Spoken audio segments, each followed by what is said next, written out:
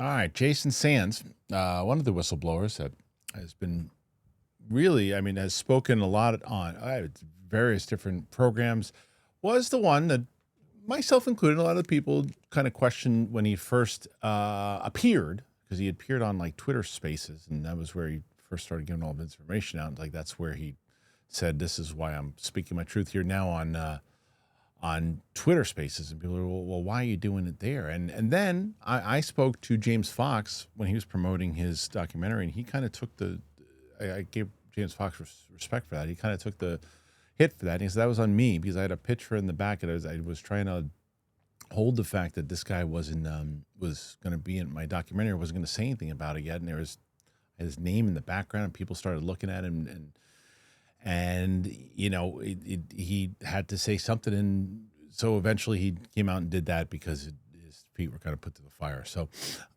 anyway, he has been very vocal in a lot of different spaces. Like I said, he's been on Rogan, he's been on other things, he's had conversations. They have not asked him to be in part of a hearing yet or any of those things. People have, when he first came out, though, a lot of people, and I think it was Jeremy Corbell and other people, said that you look at this, his credentials, we can say he's legit. It's just everything that he's saying, we don't know. Well, he's saying something else right now. Props to Red Panda Koala for posting this particular clip, and this is when he's talking about the craft that has been recovered and the other things that have been recovered all over, whether history and recently, whatever it might be. Sands says that the people, or the NHI, that their craft, well, they're coming back for it. How he knows that, I don't know. But check this comment out. I was like, guys, what on earth did I just hear? Because this person said that they just finished interrogating this Eben, and that the Eben had said that they were going to be coming back 50 to 70 years from, you know, either the 1990s or the Holloman Air Force Base, because that was also mentioned during the call meeting that was supposed to take place at Holloman Air Force Base. So 50 to 70 years, it's about 2030s ish is the window of time that they're going to come back and ask for their equipment back, their prisoners to be released. And then I think they called them, the emissaries could be exchanged. And I just was shocked. I was like, I can't believe it. I just listened to one of the most interesting things I've ever heard. All right, I mentioned to you guys last week, my schedule's kind of hectic. I'm bouncing around. I'm all over the place. I've been busy lately, and it's been nuts. But luckily enough, Cornbread Hemp, they have these CPD gummies. It's really helped me unwind, and I'm super thankful for it. If you've been looking for a natural way to relieve aches and discomfort, that is the CPD gummies from Cornbread Hemp. They are formulated to work with your body and not against it. I'm not a spring chicken anymore, man, but I do care about maintaining my physical and mental wellness. That's why I've been talking to you guys about going to the gym as much as I have been. And now I have the Cornbread Hemp CPD gummies. They're a huge piece of the wellness plan. It's relaxation, chill out, whether it's sleep, aches and pains, whatever it might be. I've tried everything. Have you tried everything for peace of mind? It sounds like it's time for you to try Cornbread Hemp's CBD gummies. They do so much. They use the best part of the hemp plant, which is the flower, for the purest and the most potent CBD. They formulate it to help relieve discomfort, stress, and sleepiness. So right now, DTE listeners can save 30% on their first order. You got to head on over to cornbreadhemp.com/DTE. Use that code DTE at checkout. That's cornbreadhemp.com/DTE and use that code DTE. You will thank me for it. Go ahead right now. Okay. So, look, there's a lot of things that we've heard in general, right? When it comes to this, the 2027 to 2030 area, that's been something that has been talked about at great length, different places. CIA had talked about it at one point, and that date in particular was the big date.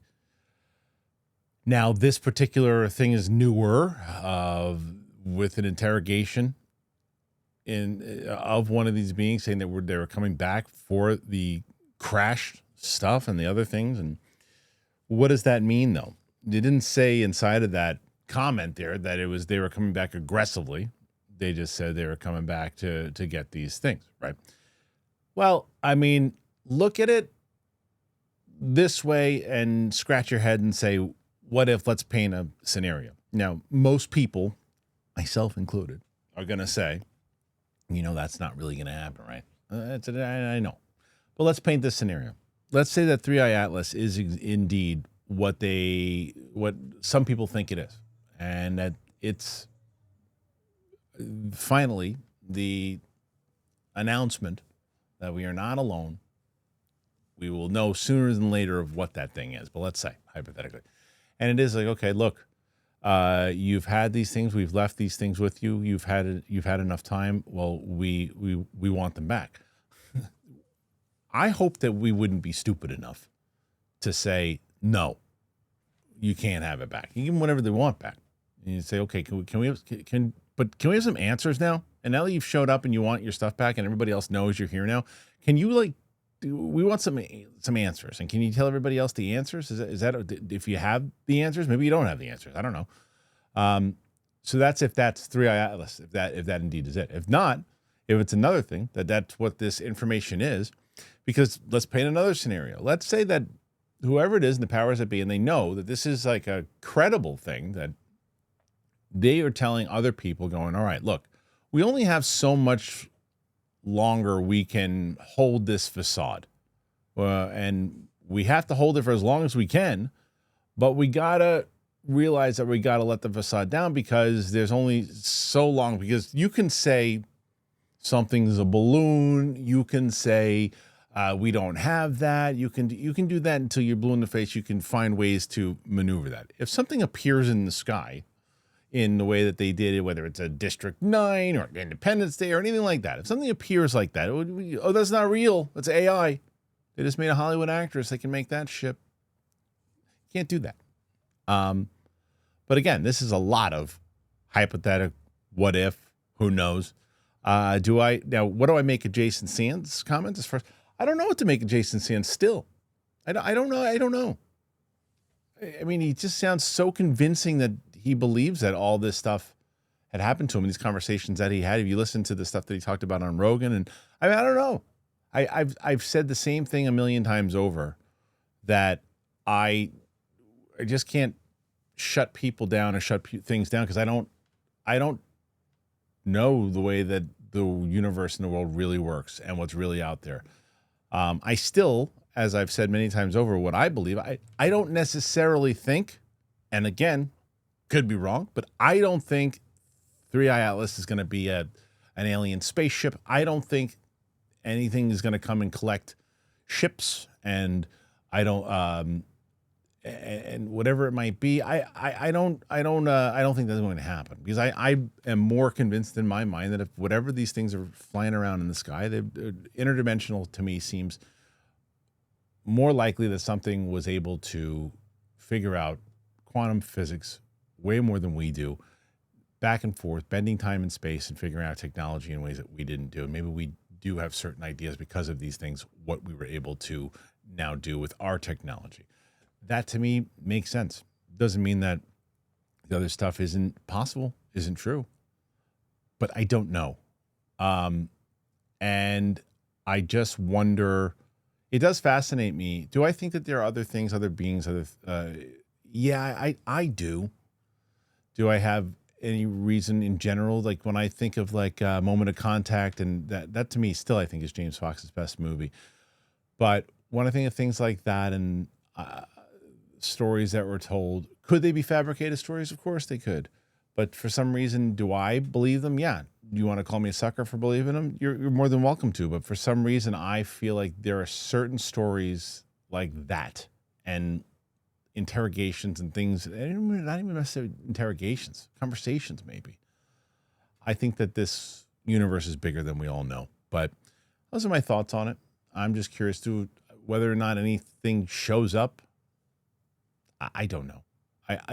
Will anything show up in the fact of where we're at in our lifetime? It was one of the things that when I was doing a lot of interviews for this subject, I would ask each person, whether it was Tim Gallaudet or whoever it was, and I would say, do you think we're going to see the disclosure in our lifetime?